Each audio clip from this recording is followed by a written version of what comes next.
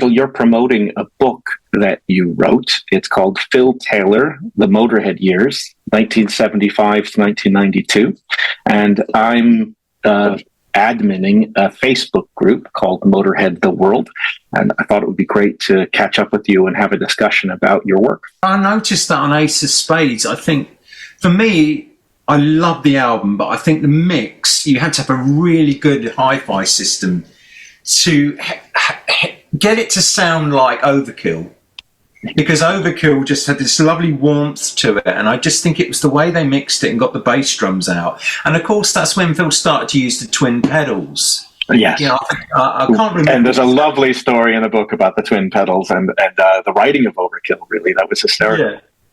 Well, yeah, you know, and it's a typical sort of drummer approach, really. Oh, yeah, okay. That sounds like a cool idea. Let's get that bass drum in. Oh, what do I do now? You know, and then you go away and you have a look around. I had the same problem when I started learning double bass drum. There was no books. There was no teachers. There was nothing. You just had to listen to the records. So you had no idea on technique. What am I supposed to do? So it's no wonder my back's got, you know, having trouble, because you're basically sprinting on these two things, balancing on your backside in midair. And so he sat there and came up with Overkill. I mean, crikey, to pluck that out from thin air. Yeah, there were other guys playing double bass drum, you know, jazz. Belson had a double bass drum kit. But I just think what he did was just amazing. And then he sort of got it into his head that he really liked this. And then you hear him play on Jailbait and stuff like that on Ace of Spades. I mean, there's some seriously good playing on there. And to play it exactly like Phil, I'm a firm believer that you can never play like anybody else anyway, because you're not that person. And, you know, all you can do is pay homage to it, which That's I think... So well said. That is really so well said. Yeah, and I think... I've been in a couple of tribute bands myself over the years, and I think when it comes from the fact that you just want to be a part of it, that world, and pay homage to what you're playing, I think that's when it works. And you can hear that in tribute bands. And I think, it's a funny one to talk about Loser a little bit. I don't want to be billed as a tribute band. I'm asking not to be billed as a tribute band and a covers act or a covers project. And why is that? Because I'm inspired by, right? I think we are around and we're doing these things still because we have a love for Motörhead. It's in our blood. We enjoy what it does for us, the feelings that we get from it, but we're not trying to duplicate or replicate, right? We're not trying to be that. It's an idea that we can get together and all enjoy the fact that we all enjoy this music without having to pretend that we're actually doing that exact thing.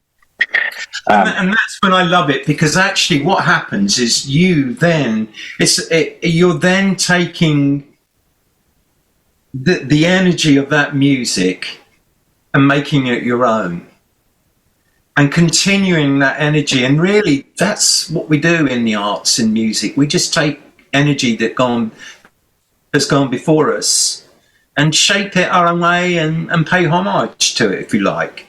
I look at the classical world, because certainly when I was growing up and I had two parents who were heavily into opera, you know, it was always this measure that your music's not as good, but, you know, that's complete nonsense.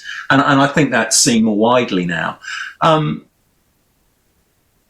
we do the same thing as them, you know, they're still playing, that world is still playing music from people that have been dead 200 or 300 years. And I just hope that we don't fall into that trap. I don't know.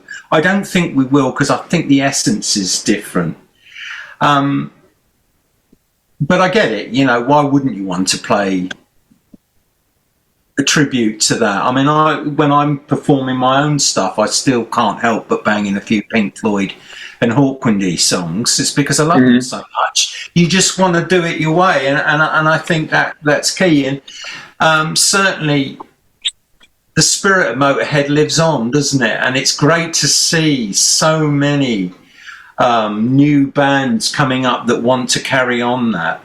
I came across a band called the Street Outlaws, and they've done a song, I think it was called Lemmy, and it is brilliant. It just sounds so raw like Motörhead, and that's lovely. I think it's funny, but it's like we're coming up to the 10th anniversary now, and I think it's now the world is realising what it has actually lost. Oh, yeah. Because, you know, Motörhead they went on and on forever, and I love their latest stuff. I thought what they did with Mickey D and Phil Campbell was fantastic, and I'm a big fan of the later era too. Let me come back around to that one. We've had a time warning, so unfortunately we're going to have to probably cut a little short or cut it on time here. And I just want to say that I haven't gotten to half the questions I had for you, so I really hope that you'll grace us with your presence again. Of course. And I want to tell anyone who's bothering to listen here that your book is a fantastic read. It's available on Kindle. Taylor The Motörhead Years, 75 to 92.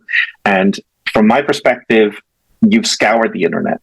You've scoured the libraries, you've scoured the archives, and you've brought stories to create a tapestry. You're telling stories that paint a picture about what it's like to create this art, what it's like to be a drummer. You have technical discussions about the drumming, about the making of the albums, but you weave it in stories about the people that made the album and what inspired them and made them do it. So it's a great read for literally anyone who's interested in Motörhead. And I thank you, Nigel, so much for your time. Thank you too. It's so lovely to hear that. I really appreciate it. I must, before we go, I'll just show you one book that I've got in my own archive that I realised I'd had from, this must be something like 40 odd years old, this thing. And I've had it looming around in my little pack of Motörhead headbangers stuff. And it's written by, I think he was the guy who headed up the fan club after his sisters stopped. Or I don't know if they stopped, actually. Alan Bainbridge, I think his name is. And it's like this really early print that came out. And it's got some great stuff in there. And it had a whole load of stuff about the gear they used. Oh, lovely. So that proved to be a really good source of a book. If you can trace a copy of that, you know, I can't imagine there's many of them around. I don't know. But yeah, that's the thing. Well, you're going to have to do us a favor on the Facebook group, Motörhead The World, and send us some photos of some of those pages. Give us a teaser of what it's like to own that thing. Yeah, sure. Yeah. Well, it's funny, you know, you have it there and you don't think that anybody else would necessarily be interested, and obviously they are. So it'll be my pleasure to share.